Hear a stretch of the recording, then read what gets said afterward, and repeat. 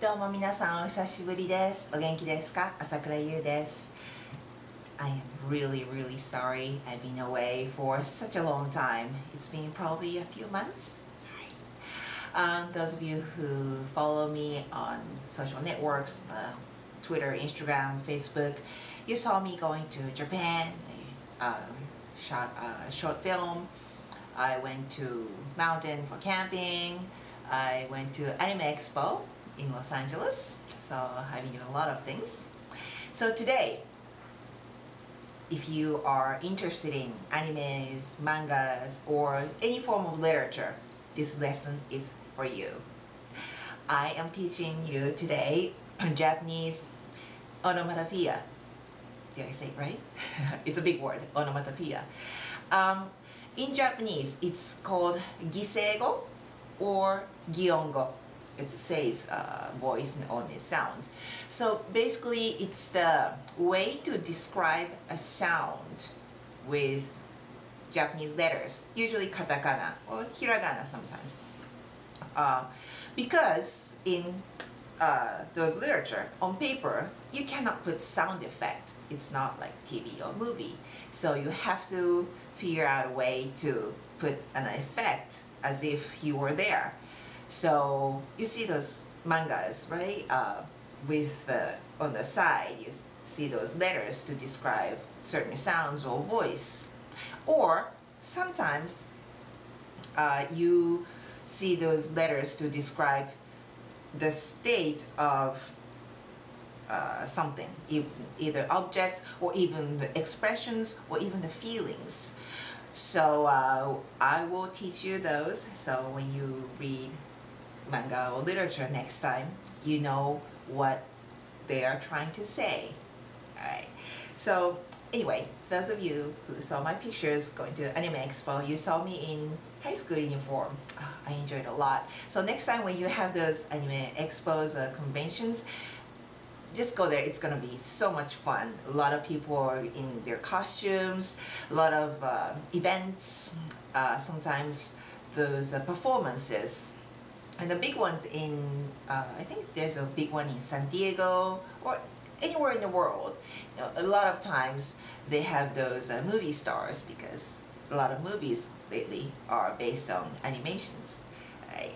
Okay, so without further introduction, let's get started. Okay, I would like to start with animal sounds. Those are the most common ones that can be translated into different sounds. Okay, I don't think animals make different sound because they are in different countries. I think they usually have the common sounds. It's the human, we receive those sounds different ways because in different languages, we only know certain sounds. So we translate those into our own sound. So that's how we sound. So for example, well, since I have cats, let's start with cats meowing. Meow is the English word to describe how they make sounds, right? So in English speakers' ears, it's meow. It's starting with M, and it goes meow, right? And well, it's kind of funny because I thought to pronounce M, you need lips, and I don't think cats have lips, but somehow it sounds like that. For Japanese speakers' ears, it sounds nya, or maybe it can go nyan.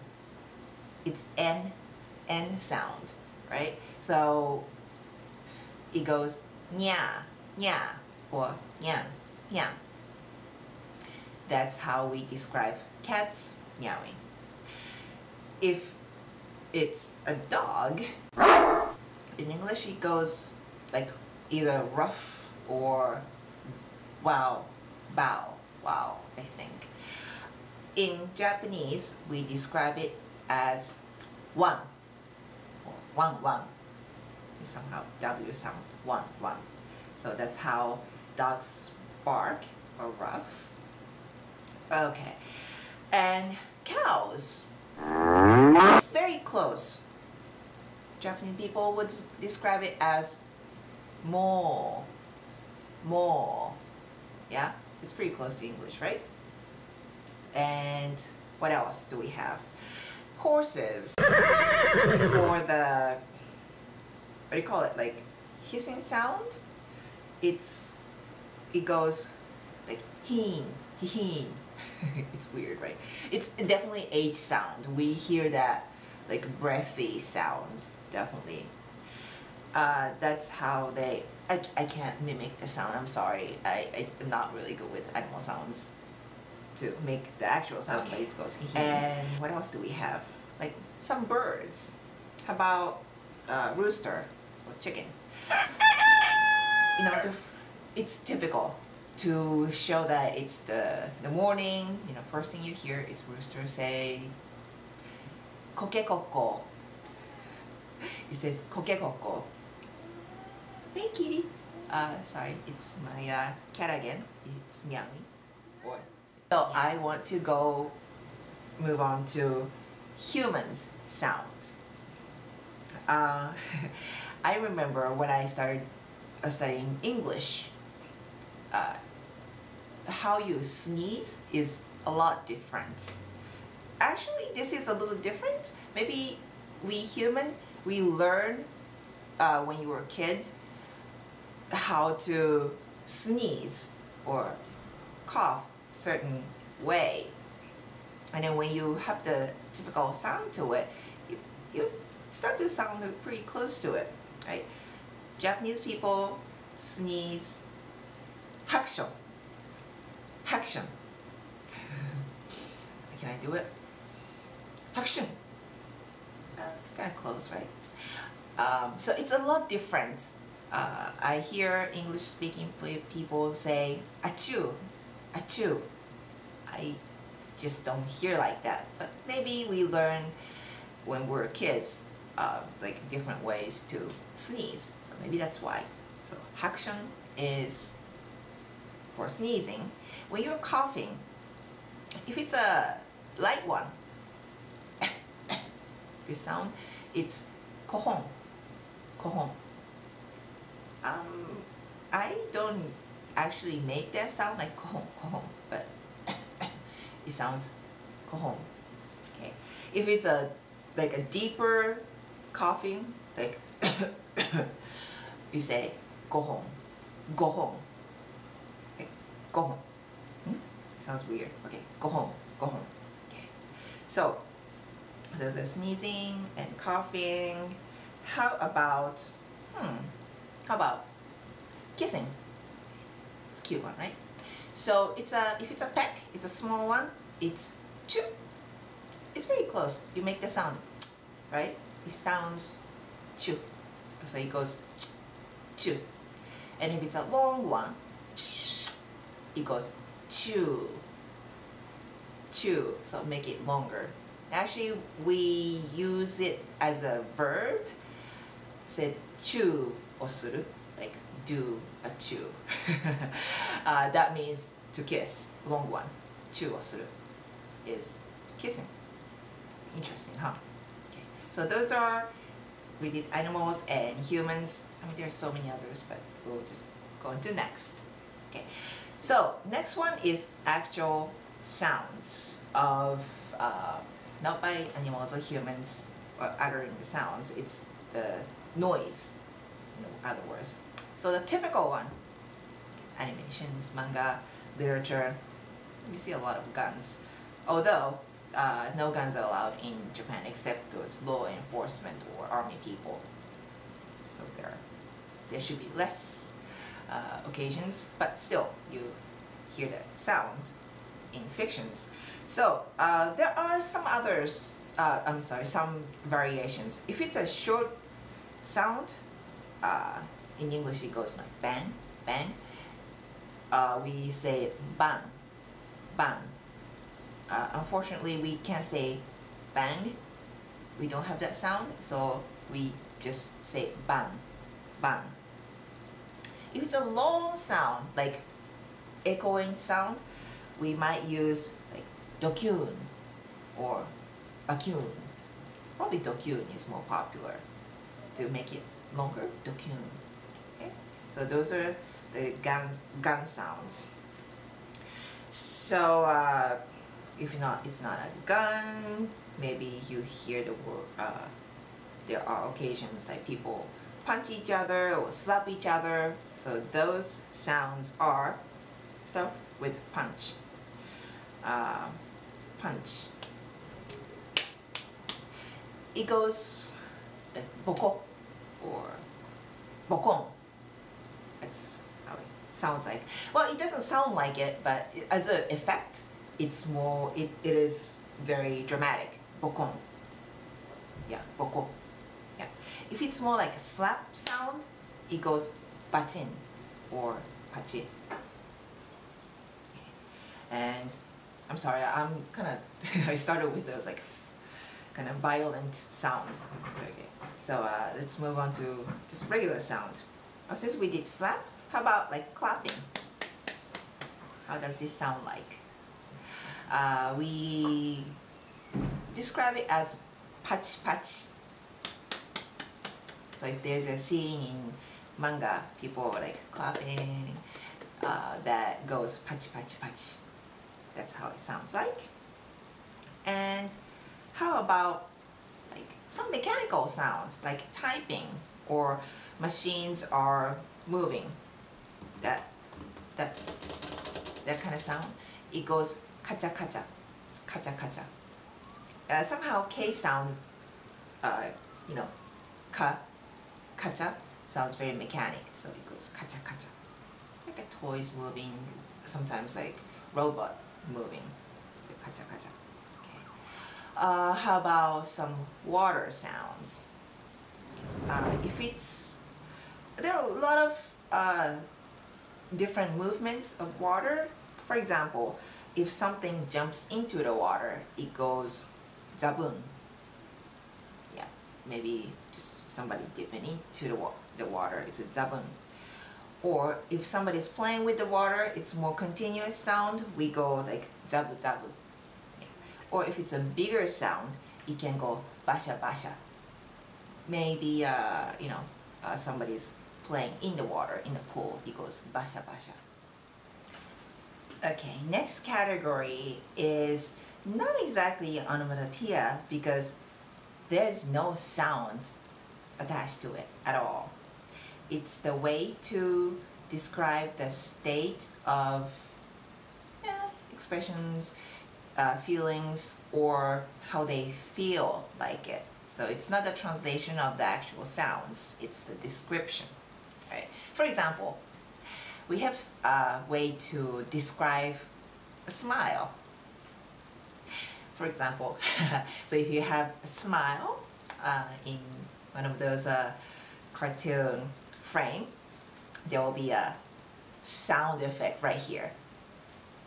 It goes Niko Niko, Niko Niko. Yeah, that's the way to describe a smile. So you can put it as a sentence. It goes Niko Niko warau. Warau is a verb to to smile. So it says it's describing how the smile is. It's a Niko Niko warau. So, do you see the letter Niko Niko? Okay. All right, so the opposite is, well, not the opposite, but like, what if you're mad? It's like, and somehow, it's a typical thing, like when you were mad, like a kids or little girls, like they go, right? It goes pum pum. It said pum pum. So if it's a sentence, it goes pum pum warau. And if it's a frame, it goes pum pum. What you are hearing is my cat say nya, yeah. Sorry, kitty. Right, it's getting mad. Okay, next one. So those are two typical expressions: smile and angry. And how about you're so nervous and you can hear the heartbeat? Of course, you can't hear it; it's not gonna be that loud. But you feel like your heart is like going, dukum, dukum. So we describe it as dokidoki. Dokidoki. So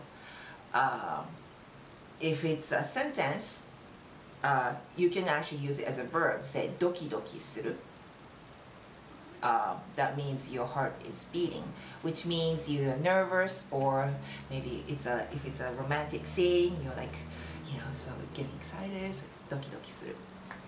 Yeah, that's a heartbeat. Well, those are more about like human feelings or expressions, the state. How about a more general thing? This word is very common.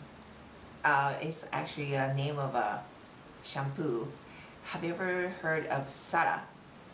Okay. There's a word, it says Sara Sara, which describes, it's a very like flowy movement. The shampoo, it came from the, I don't know if my hair is like smooth right now, but it's like a flowy like movement. Sara Sara, Sara Sara, yeah. Or even water, if it's like a little river or a streak, it goes like very flowy, smooth move. It's like flowing. It goes.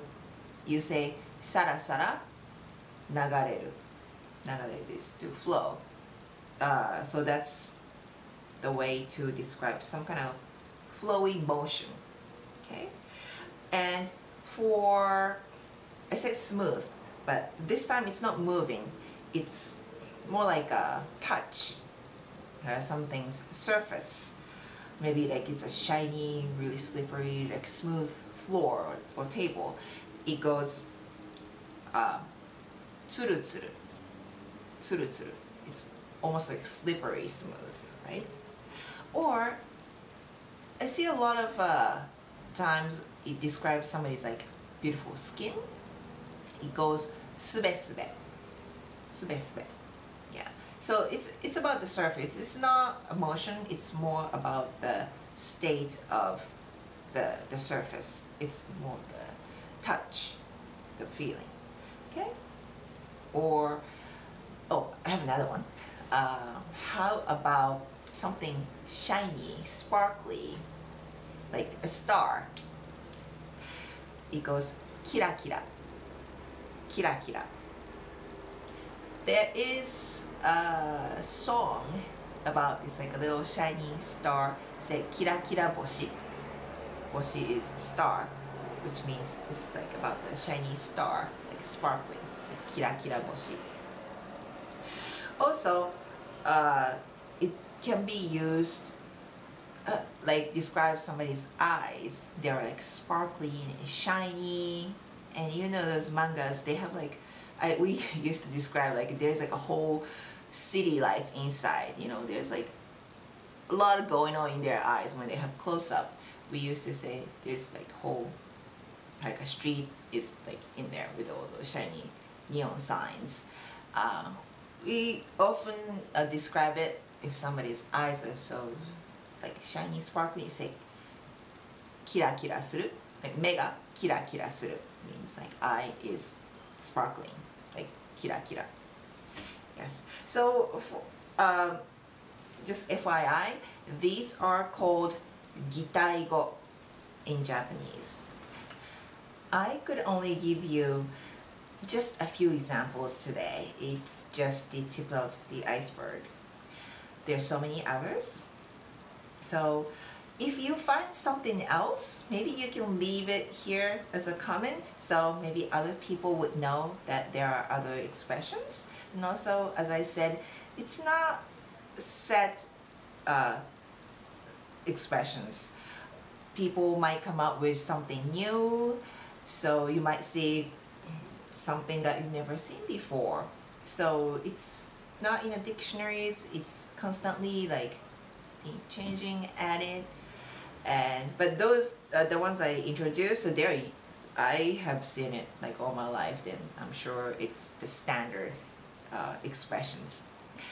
I hope you enjoy the lesson today, And so next time you read manga, anime, literature, you might say, ah, this is what it is. So, and yeah, I will keep making more lessons. So if you like more update, you can follow me on Twitter, right here. Also, if you want to see me going somewhere doing other stuff, you can follow me on Instagram. I upload some pictures from different stuff. Yes, and I really enjoyed our class time. So until next time, take care and keep studying. Alright? See you soon. またね。バイバイ。